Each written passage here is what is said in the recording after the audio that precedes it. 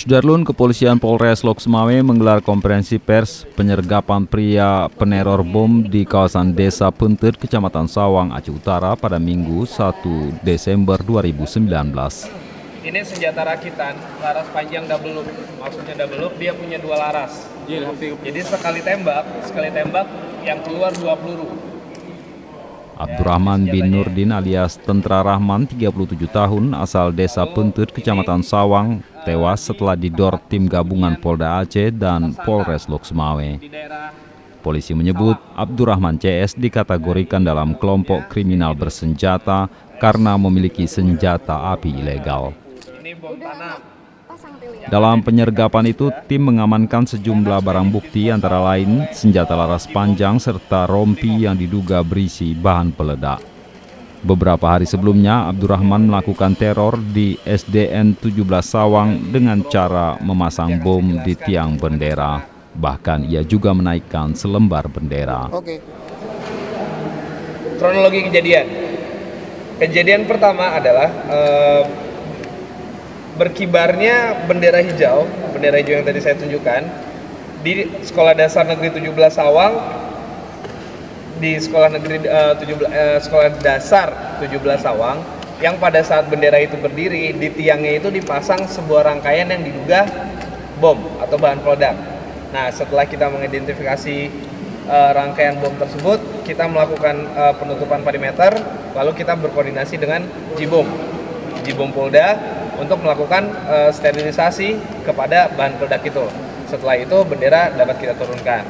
Keesokan harinya,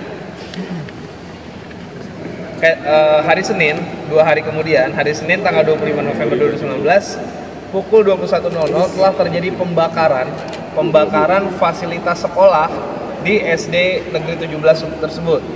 Nah, pembakaran ini sudah meresahkan warga. Akhirnya berawal dari pembakaran tersebut, Bapak Kapolda Aceh membentuk Satgas tim gabungan antara Polda Aceh dengan Polres Lok Sumawe untuk melakukan penindakan terhadap pelaku yang diduga sudah meresahkan masyarakat. Lalu kemudian pada hari Jumat tanggal 29 November 2019 di akun Facebook Armada Aceh, Armada Aceh ini dipostinglah oleh pelaku postingan-postingan yang bernada melakukan pengancaman terhadap TNI dan Polri.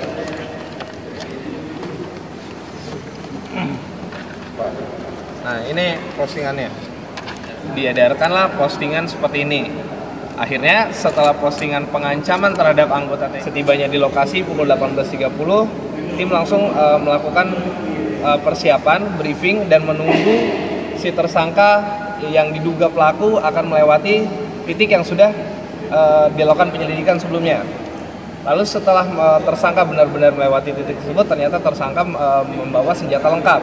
Senjata yang tadi sudah saya lihatkan, senjata laras panjang tersebut dengan rompinya lengkap yang berisi kabel-kabel yang diduga bahan peledak. Lalu pukul 19.00 tim gabungan berusaha melakukan penyergapan terhadap pelaku. Dan pelaku yang merasa terdesak akhirnya melepaskan tembakan kepada tim gabungan. Lalu tim gabungan berusaha menghindar, lalu terjadilah kontak senjata pada saat itu juga. Setelah terjadi kontak senjata beberapa kali, akhirnya tim berhasil melumpuhkan pelaku. Setelah itu pelaku yang sudah terluka berusaha melarikan diri. Lalu pada saat akan jatuh, pelaku berbalik kanan lalu merentet senjatanya ke arah petugas. Nah, sebelum petugas kembali membalas, pelaku sudah tumbang. Dan setelah kami lakukan pengecekan, pelaku dinyatakan tewas. Hanya setelah tewas, tim tidak bisa langsung melakukan penggeledahan kepada pelaku karena diduga pelaku masih menyimpan bom. Oleh karena itu, Satgas tim menghubungi Jibom untuk melakukan sterilisasi.